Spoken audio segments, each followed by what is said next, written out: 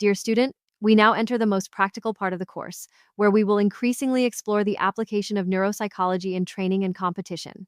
That said, let's begin with attention. Anders Ericsson, a Swedish psychologist, warns that simply spending hours practicing does not guarantee an athlete's progress. He emphasizes that practice must be carried out with full attention to truly see improvements in performance. This is not a new concept. If we go back over 2 millennia in history, we find Stoic philosophy. For the Stoics, controlling attention was essential, as reflected in well-known sayings like the following from Epictetus: "We are what we pay attention to." This means that what we pay attention to becomes our learning environment, progressively shaping us into who we are. Similarly, Moshe Feldenkrais, a Ukrainian-Israeli engineer and physicist known as the founder of the Feldenkrais method, argues that without conscious attention to sensations during an action, and without applying this attention directly to each movement derived from those actions, no progress will be made. He asserts, mere mechanical repetition will never help us advance. In the same way, insufficient or absent attention to decision-making processes and the evaluation of their outcomes will not lead to improvements in reasoning. The control of attention is managed by a network of brain structures whose functions interact and overlap. Each region of the brain plays a specific role in various functions related to the attention process, ranging from basic levels, such as receiving information from the environment or internally, to more complex functions, such as selecting stimuli and executing specific motor programs to direct attention toward a goal or plan. Attention is not a singular phenomenon, and there is no universally accepted standard definition. Subdivisions of attention have been identified, indicating different capacities required to address specific problems or challenges. However, there is consensus that humans have limitations in the amount of information they can process simultaneously, preventing the execution of multiple tasks at the same time. This limitation necessitates a mechanism to filter or select information, and this selective process, in response to limited processing capacity, is known as attention. Various types of attention have been identified, such as orienting attention, focused attention, sustained attention, selective attention, alternating attention, and divided attention. It is important to note that attentional capacity is hierarchical.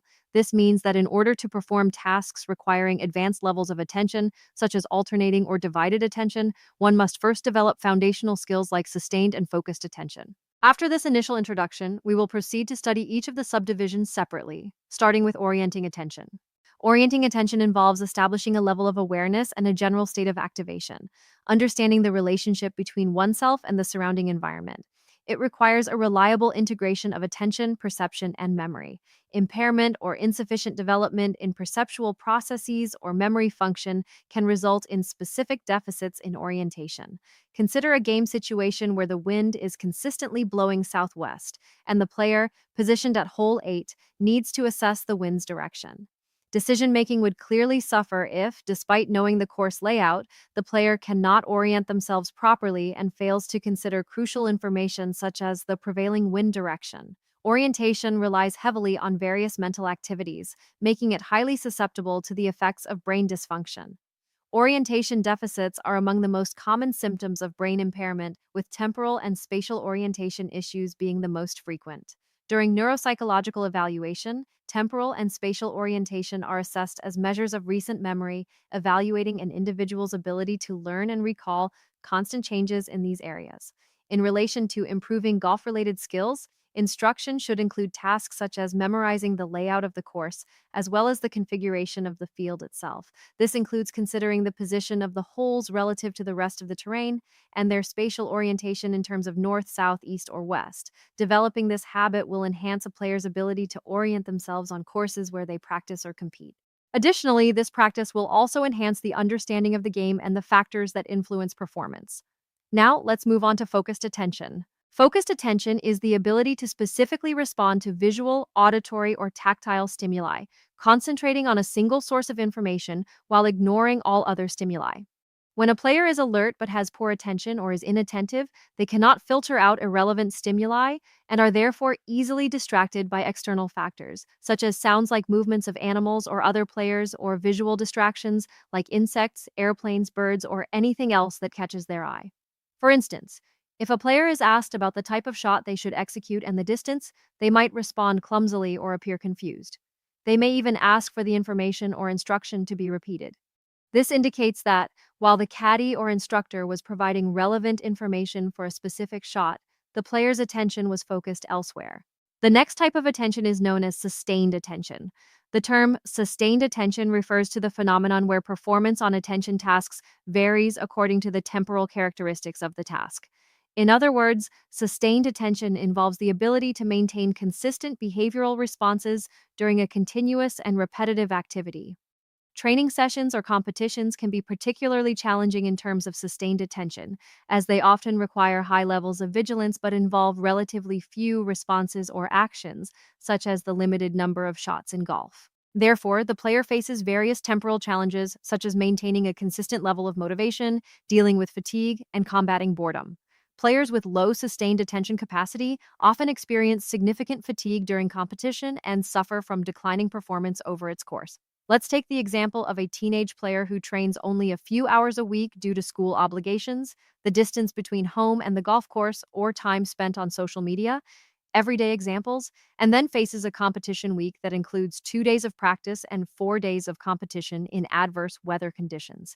In such a situation, if the player has not developed an optimal level of sustained attention, they are likely to experience higher fatigue levels than their rivals and a gradual decline in attention during the competition. This could lead to poor decision making and errors in shot execution. In fact, this is one of the main reasons why maintaining a consistent routine is emphasized. In cases of fatigue and attention loss, players stop absorbing and processing the information necessary for decision making. This can result in poorer quality decisions, a phenomenon linked to a cognitive limitation known as bounded rationality. This concept suggests that people make fairly reasonable decisions based on the information available to them, but this information is often incomplete or imperfect. Moreover, we often misinterpret the imperfect information we have. Additionally, we tend to misperceive risks, overestimating some dangers while underestimating others. We also filter out news and information that does not align with our preferences or mental models, further complicating our ability to make sound decisions. A common example in the context of golf would be the following. Imagine you're on the course deciding on a specific shot. You consider various factors such as the wind, the lie, and the landing zone. However, due to limitations in time, information, and cognitive capacity, it is impossible for you to thoroughly evaluate all the available options.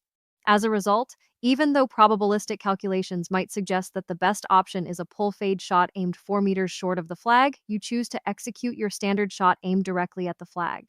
This decision is based on limited, simplified information and conditioned by your personal preferences rather than the specific demands of the situation. In this case, your choice is influenced by bounded rationality. Despite the possibility of considering a wider range of options and factors, your cognitive and time resources constrain you to make a decision based on a limited set of information and considerations. Cognitive enhancement ensures that attention is consistently directed toward critical aspects that must be analyzed before executing a specific shot. This can lead to more informed and effective decision making on the course. Let's now explore selective attention. Selective attention refers to the process by which certain elements are prioritized over others, allowing relevant stimuli for a task to be chosen while avoiding distractions from irrelevant stimuli. A common example of selective attention in a sports-related setting is during a competition crowded with people talking and background noise, such as the atmosphere of the Ryder Cup. Despite the commotion, you can selectively focus on the conversation you're having with your caddy or captain. Although there are many other conversations and sounds in the environment, your attention is primarily focused on what they are saying, filtering out the rest of the stimuli to maintain the interaction without getting distracted. Now, let's consider another type of everyday stimulus, such as obstacles on a course that are within the player's field of vision and may influence their decision on the shot to execute. For instance, if a player typically has a lateral dispersion of 15 meters with 150-meter shots, they would not normally need to pay attention to a water hazard that begins 25 meters to the right of their target. However, in the case of strong left-to-right wind and a steep slope with hard ground leading toward the hazard, they should consider it. Poorly trained selective attention, and in this case deficient reasoning, can lead to consistently focusing on irrelevant data, making decision-making and shot execution more difficult. Now let's explore alternating attention and divided attention, as some authors consider divided attention to be a high-speed form of alternating attention. This level of attention refers to the ability to have sufficient mental flexibility to shift the focus of attention and alternate between tasks or stimuli. Consequently, it involves the capacity to switch focus from one stimulus to another, In professional golf, a situation requiring divided attention occurs when you are discussing a specific shot with your caddy while simultaneously calculating distances and evaluating your options. Here, you are dividing your attention between two different tasks: listening and participating in the conversation while simultaneously perceiving environmental information, processing data, and reasoning. This type of situation requires you to pay attention to two or more activities almost simultaneously, dividing your attentional capacity between them to perform effectively. This may explain why many high level amateur players and novice professionals who are not accustomed to working with a caddy often struggle initially with joint decision making. As a result, some prefer a caddy who only carries the bag and cleans the clubs, missing the opportunity to benefit from someone with more experience in high level competition providing valuable assistance. On the other hand, some players prefer the caddy to make decisions while the player simply executes them. Given the limited time available during competition, joint decision making can be very complex. This latter model, while requiring humility from the player, can be highly effective with experienced caddies, as it reduces the player's mental load during competition. Now, let's focus on the task pair that defines golf: decision making and execution. This pair is broken down into multiple tasks, such as calculating distances, checking the lie, evaluating options, monitoring rival positions, selecting clubs, and planning the shot.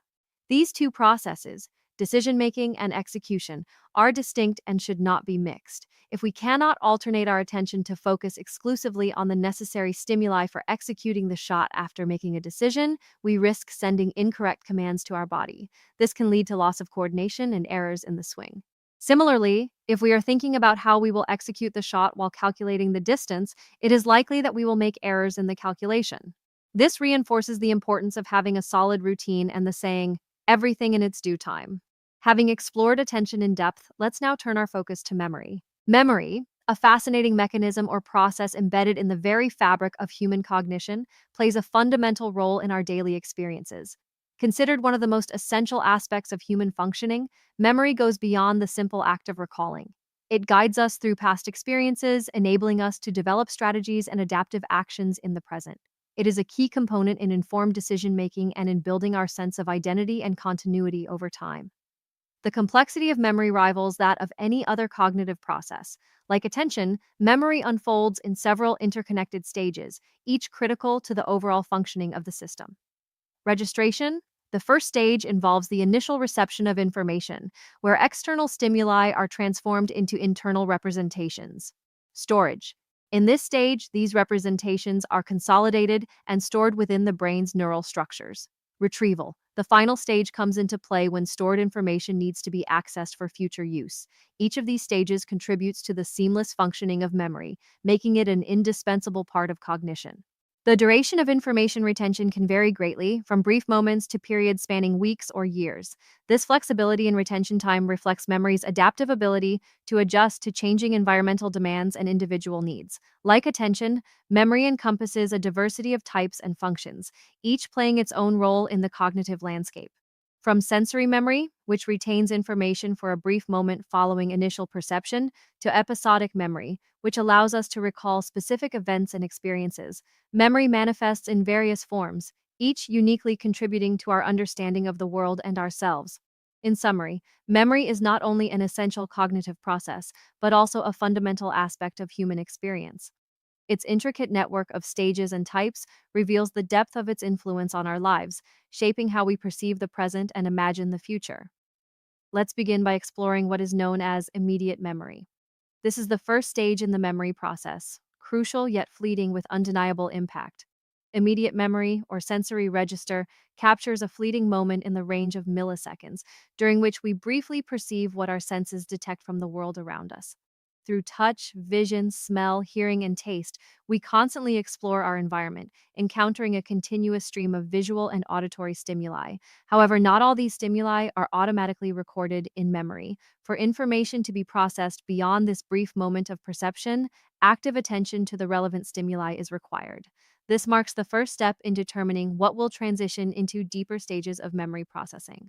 This is where attention comes into play, acting as a filter that determines which information deserves to be processed and stored in the next stage of memory, short-term memory. During this critical phase, it is essential to assess whether the individual, in this case a golfer, is acquiring the relevant information for the task at hand. Information can be lost for various reasons, ranging from a lack of understanding of what to focus on to perceptual issues or deficiencies in immediate memory.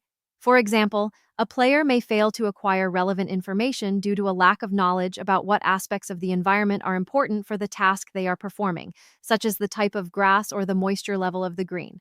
Additionally, a lack of conscious attention can be a determining factor. The player may be distracted or focused on other aspects of the game, preventing them from noticing key environmental features. Perceptual problems can also interfere with the sensory registration process. If the player does not correctly perceive the green slopes due to sensory or environmental limitations, such as poor lighting, this critical information may go unnoticed. Finally, deficiencies in immediate memory can hinder the retention of perceived information. Even if the player pays attention to the green slopes, if they cannot hold this information in their short-term memory, they will be unable to use it to make informed decisions during their play. In conclusion, the sensory registration phase is the first step in the complex process of memory. Its importance lies in its ability to determine what information becomes part of our conscious experience and potentially transitions into long-term memory.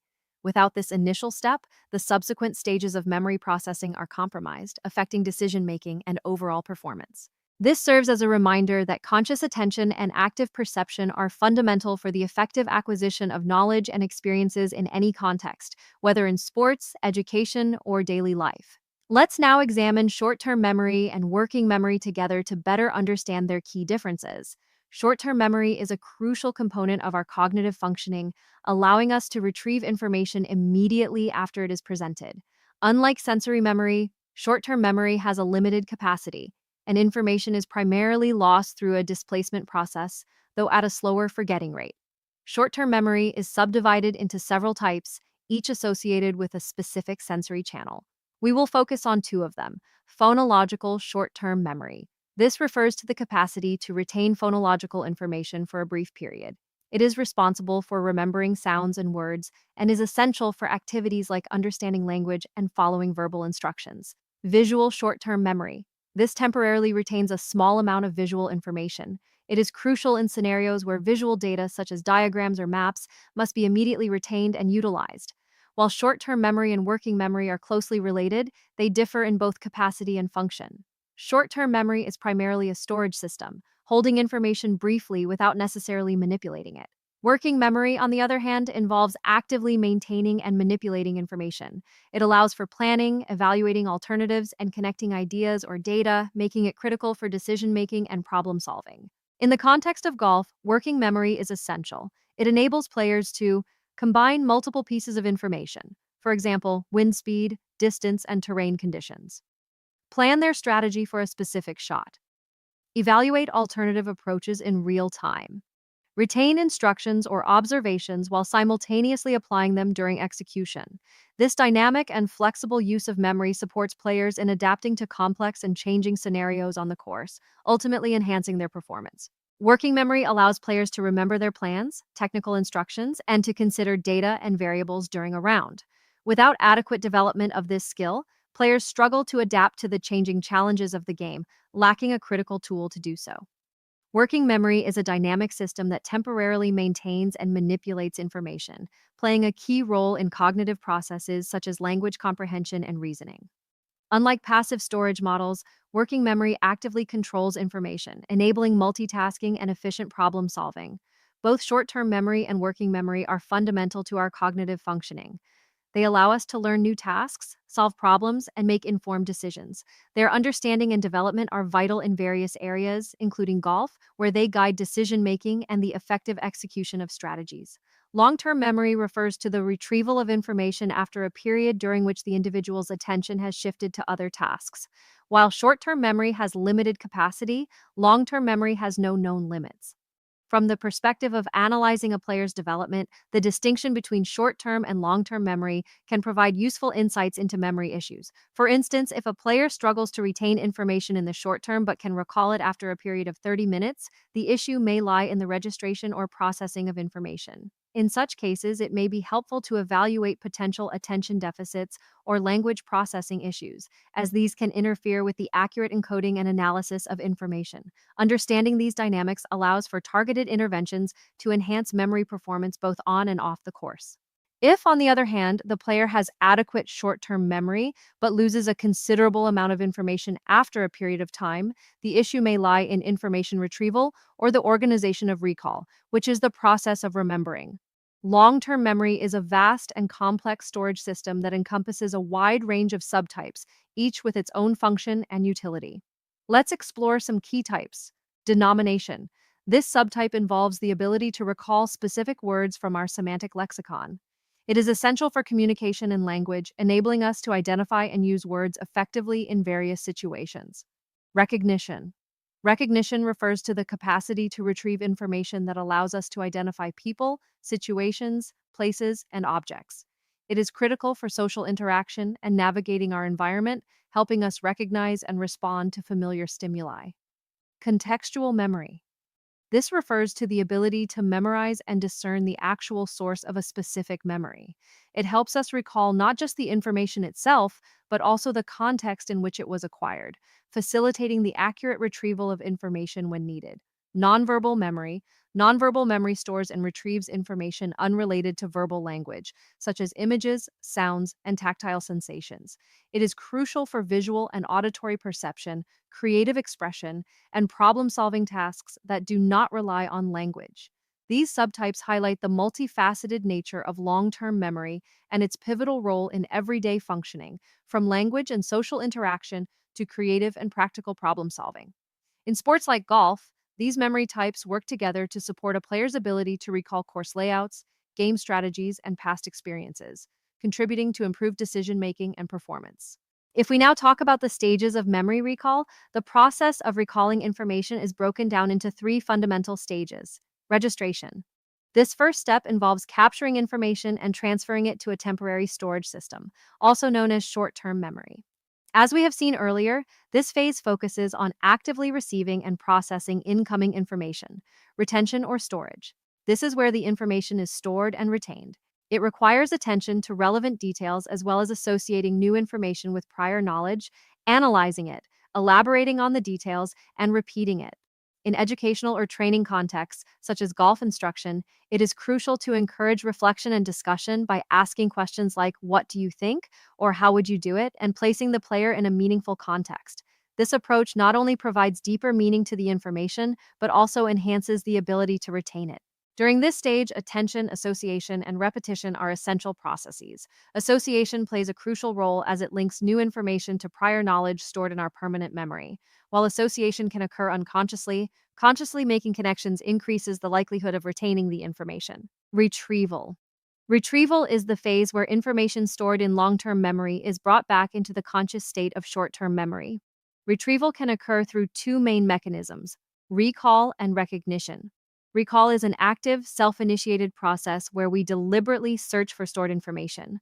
Recognition, on the other hand, involves identifying or recognizing the information among several alternatives. In general, recognition is easier than recall. Therefore, it is recommended that players keep a written record of lessons, experiences, and relevant data to facilitate the process of remembering and associating knowledge.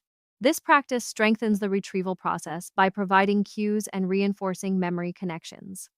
Great. We've covered attention and memory. Now we'll move on to explore coordination, perception, reasoning, and calculation. Stay tuned. And remember, for more information, please visit our website www.cognitivegrowth.pro. Let's go.